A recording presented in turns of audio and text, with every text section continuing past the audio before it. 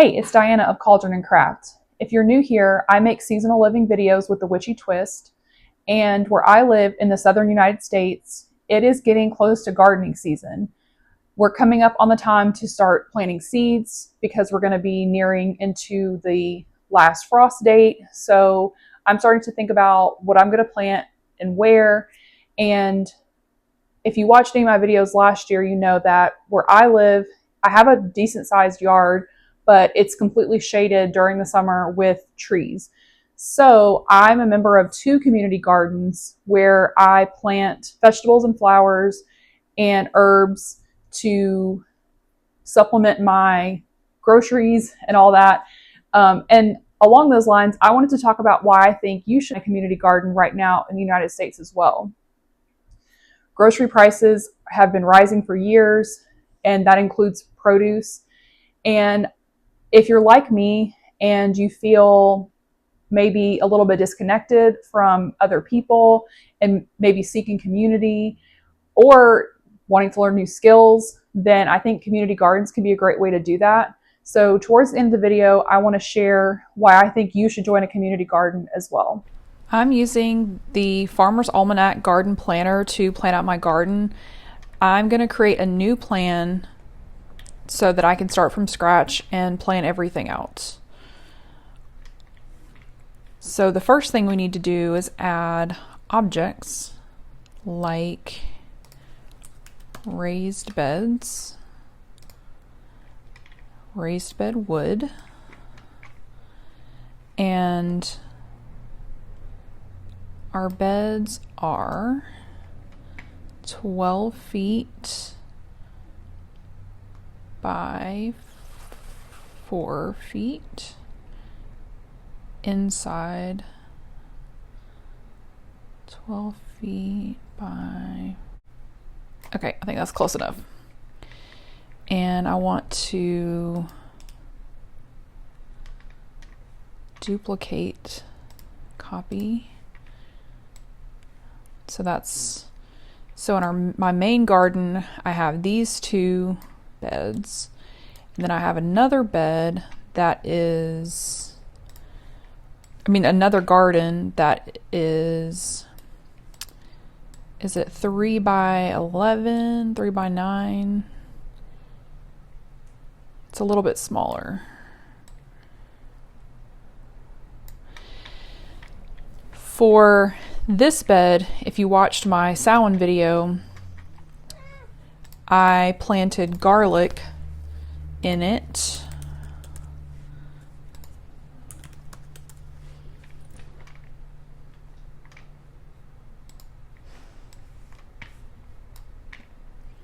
And so with this little tool, we can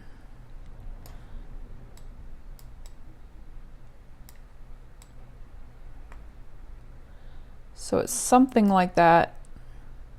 This shows 50 plants. I don't remember how many I planted, but I took up half the bed with garlic. And then for this bed, for the other half, I am going to plant onions, which the garden itself, the community garden, went in together on a large order of onion sets. So we do it all together as a group so that it's really cheap. So I'm getting like 2 bunches of onions for like $10. And so actually I did half yellow onion and then half red onion. So I'm going to put these over here. And this is going to take up this entire bed until summer. So for the first half of the year, I'm going to have the garlic and the onions, and it's going to take them a really long time. Great things take a while. So by June, July, hopefully this bed will be freed up and I could plant something else. And then I'll do this exercise again and determine what I'm going to grow in that bed later. In these beds, also I do have garlic in this other bed to, because I had extra, I didn't necessarily plan on planting garlic over here, but I bought seed garlic and I had some left over, so I planted it over here. And if I get some, great. If I don't, then this was all I had really planned to have, was in this other smaller bed. Now in this bed is kind of my perennial bed, so I have herbs like oregano. I have like one oregano plant, lemon balm,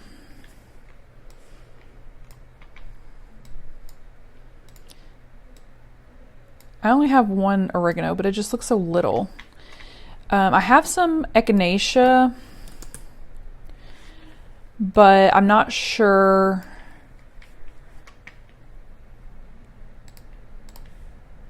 if it's going to come back. I hope it will come back. So I have lemon balm, oregano.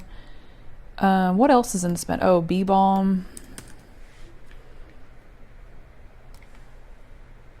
It's over here. And I don't remember what else is in this bed. This was the bed that I grew the ginger in that did really well. And I have another half. So now let's talk about what I'm going to plant new. This is what's currently in the beds besides the onions. I think we're going to get the onions in the next few weeks to plant.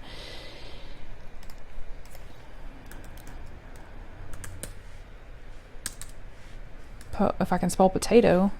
Okay, so last year I did 1/4 of the bed as potatoes, and then I did other stuff in the other quarter. So these beds actually, so it's showing as one big bed, but they actually have like a little wood divider that divides them in half. So I had done like a quarter of the bed in potatoes, then another quarter, and then this half,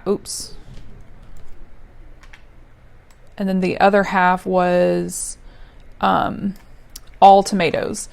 This year, I want to devote the entire half of this bed to potatoes. I would still like to grow some flowers, and I think the nasturtiums that I planted last year might come back. So I'm going to put those, I'm going to put one here. And I also have a nasturtium that kept wanting to come back over here. Let's put some zinnia, like one here, copy paste, and then one here, and then tomato. And this planner tool shows the ideal spacing of plants. So in this in like 4 feet, 4x4, it's saying I should plant 4 plants. I will probably plant 6. And it's just because I have such little space. So I want to try to cram it as much as possible. So this will tell you the ideal. You can do whatever you want. So this is what I did last year. I did small here and then larger here. I think I'm going to flip that this year and do the larger tomatoes here because I want to figure out some kind of trellis situation for my smaller ones. It was kind of hard to deal with the smaller ones because they're indeterminate, so they grow much taller, and dealing with them in the middle of the bed, I kind of want them to be on the edge of the bed. And I may only grow 2 plants depending on the trellis that I decide on. So this is going to be, now let's talk about companion planting. Some people say companion planting doesn't work, that it's pointless. I disagree. I think companion planting, well, at least it worked well for me. So I basically put, which I'm acting like I can't just spread these out.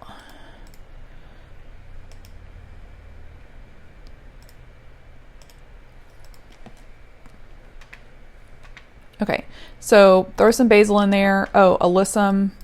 I think this is going to come back from last year, and I hope it does because it brings in a lot of good pollinators. We need some marigolds. These might come back, but I'm going to plant some new seeds just in case. And I put these on the edge of the bed so that they can kind of still grow out and get some sunlight. And then with the potatoes, we're going to plant some dill. Isn't it so funny that the things that go well together with, like, companion-wise, like basil and tomatoes, dill and potatoes, that they also taste delicious together? So this is going to be for the first half of the year.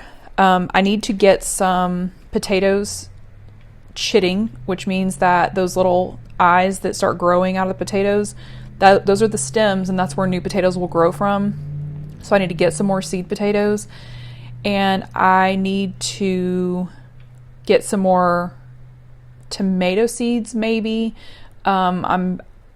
I'm torn because I kind of want to grow the same tomatoes I did last year because I had good success with them, but I'm also sort of interested in trying something new. So now let's talk about this side. Again, the garlic is going to be in until the summer. Something new that I'm planting this year is, let's see if it comes up, sorrel. It's actually more like a flower. So I have these Jamaican sorrel seeds, which is another name for hibiscus, and see how much room it takes up. I have some seeds, and I'm hoping that I can plant two per, like one here and one here, but it's definitely going to take up, it's like a bush. It grows really big, but it's basically like you grow it for tea. And I'm hoping that once I pull up the garlic, I'll be able to plant something else in this spot, and that this won't shade it too much. Or if it is shaded, then what could I grow in the shade in the summer? So, but we'll see. But I really want to try growing sorrel this year. And then I think I'm going to grow ginger again here, in the same spot that it was in. Oh, I totally forgot. I have lavender here, and I had one here, but we'll see if it survived. Oops, what is this? Oh, that's a lemon balm. And I have a rosemary. And that's like over here.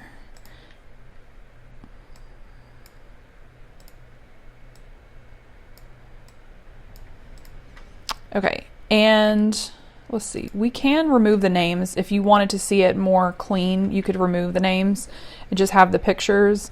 But I think that's my plan for this year. And I think the only seeds that I need to buy new are, I need to buy the seed potatoes, and I already have onions coming. I need to buy more zinnia seeds to do, so for my last video when I did my seed organizing, I do have some zinnia seeds, but they're not the big double blooms that I like. So I want to get more of those, and I think I'm going to stick to the same tomatoes that I grew before. And I have the sorrel. And then later in the season, I'll have to come back and decide what I'm going to do. So the potatoes should be done around June 1st. And once I pull those up, then I'm going to focus on the hotter weather things like peppers and okra that I started early last year, and they just didn't do well until the temperatures really kicked up. So I think they'll do the best if I transplant them in June when the soil has gotten hotter and it's more like it's hotter. And last year my okra got hidden behind the ginger, so it didn't actually really get enough sun to like really grow. When during the like other people around me had tons of okra, my okra just never really produced that well. So I'm hoping that by basically starting them, transplanting them in June, like the soil will be warm enough and then the okra will grow really well. The other thing that I'm thinking I might be able to do is, while the hibiscus is still small, that I might be able to fit some cucumbers in around. And I would have to do some supports, but maybe before the hibiscus gets too big, then I'd be able to fit some cucumbers in here. The garden planner also shows a list of all the plants you've added to your garden spaces, and it shows you when you need to start your seeds and when you need to put them outside, and also the harvest time. For this planner specifically, you put in all your information when you sign up, so it knows where you live and it knows when you need to start your seeds. So I just think this is a really cool tool to give you the visual of when you need to plant and when you need to actually put your stuff outside. So for the tomatoes and potatoes, you can see that I need to get those started ASAP. Jupiter, you're in my spot. You're in my seat. You've seen how I'm planning on laying out my community garden plots throughout this beginning of the growing season and throughout the rest of the year. But I wanted to share a few more reasons why I think you should join a community garden as well. The first I already mentioned, which is inflation, rising food prices. If you grow food yourself, then it's oftentimes cheaper than what you could buy in the store. Sometimes, not all the time. There is a cost generally to joining a community garden. So both gardens that I'm a part of have a yearly fee that covers basically renting the plot, but you get more than just that, the square foot of space to plant your things. You get access to tools, greenhouse space potentially, and that kind of spreads out the cost. So yes, growing some tomatoes is, like, when you add up all the costs, it can be more expensive than just buying some tomatoes at the store. But if you don't have any tools currently, and if you don't have the space, then you're renting the space, but also the access to the tools that you might need to plant those tomatoes and get them to harvest.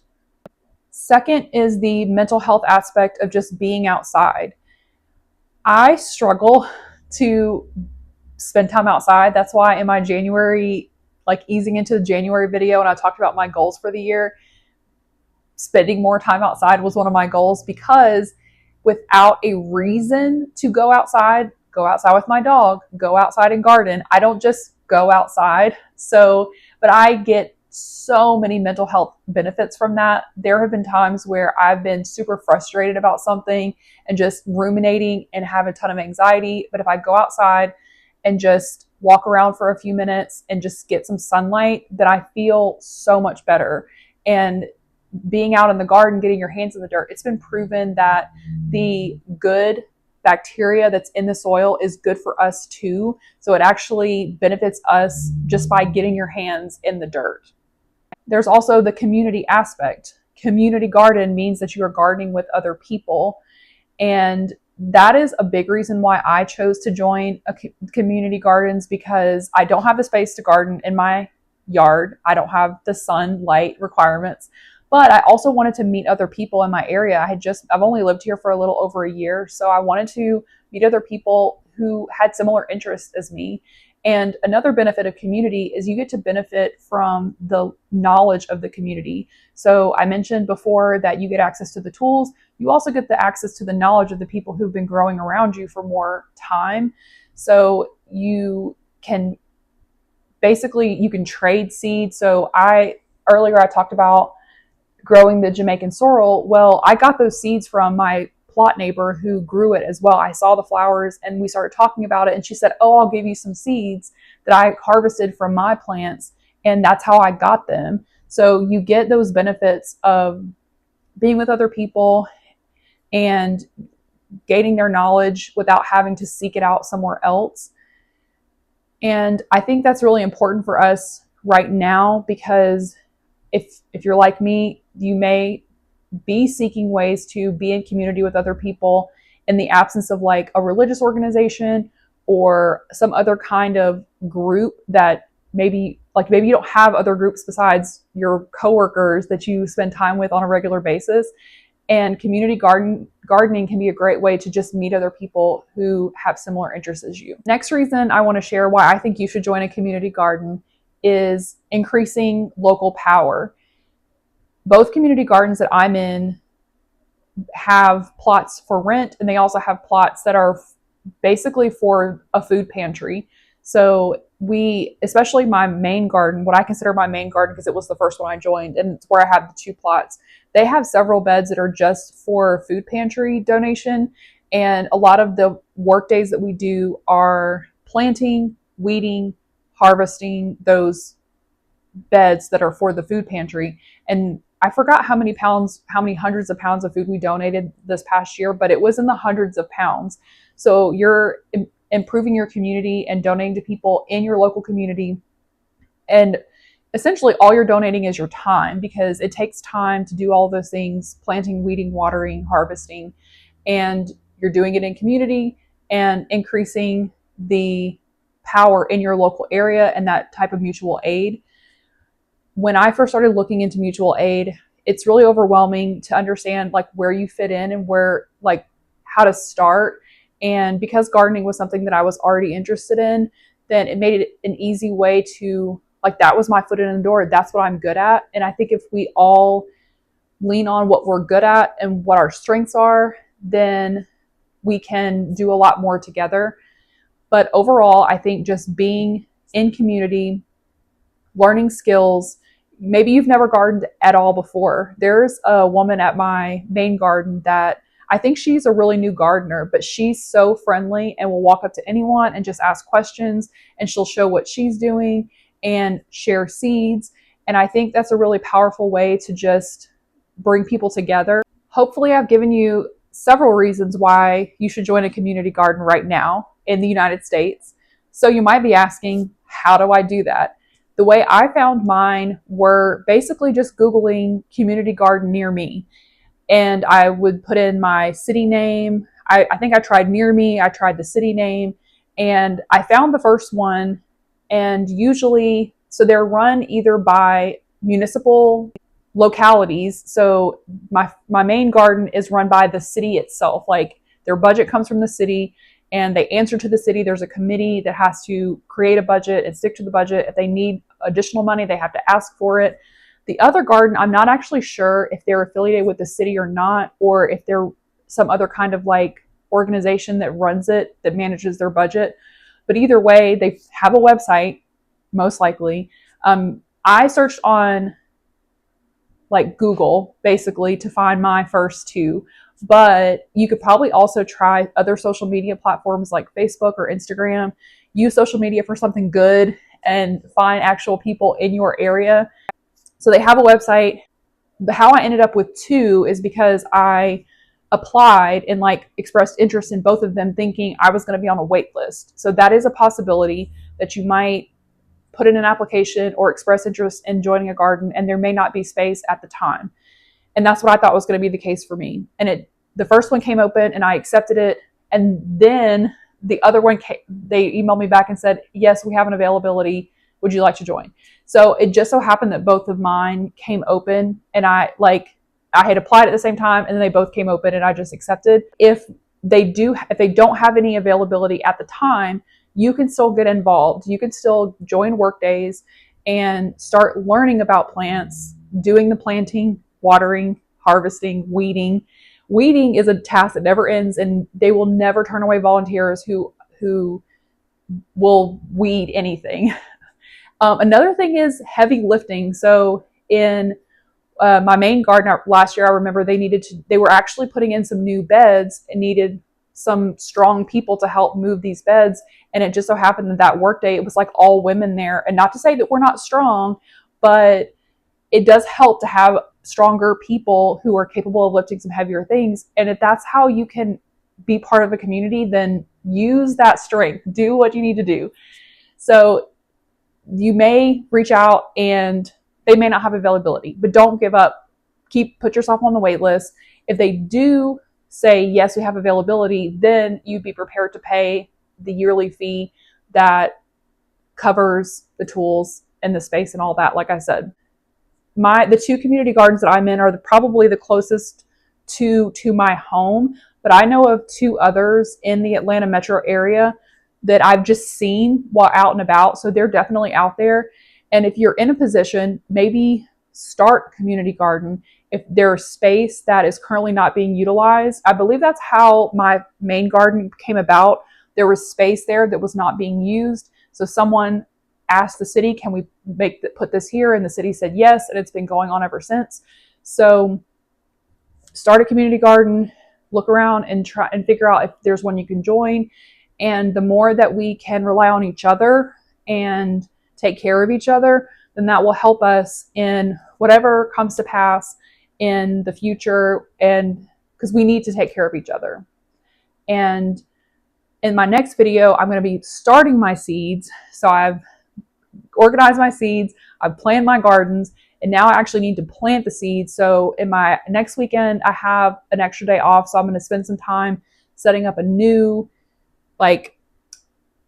nursery area because the setup I had last year did not work at all. So I'm going to set up a new area with some grow lights and get my seeds started so that I'm ready to plant. And then the crazy thing about gardening is you have all this work to do leading up to starting the seeds. But then once you start the seeds, you have to wait several weeks until it's time to actually plant them. So in that stretch of time after I've planted my seeds, then I'll probably veer away from gardening content and do some, there's some sewing projects that I want to work on. So don't think that I'm turning into all gardening all the time, but it's just what my focus is on right now because it's just the season that I'm in literally where I live. So if you made it this far, thank you so much for watching. If you enjoy this content, I'd love it if you subscribe and give me a thumbs up to help this video find other people that you think might also enjoy it. And I'll see you next time.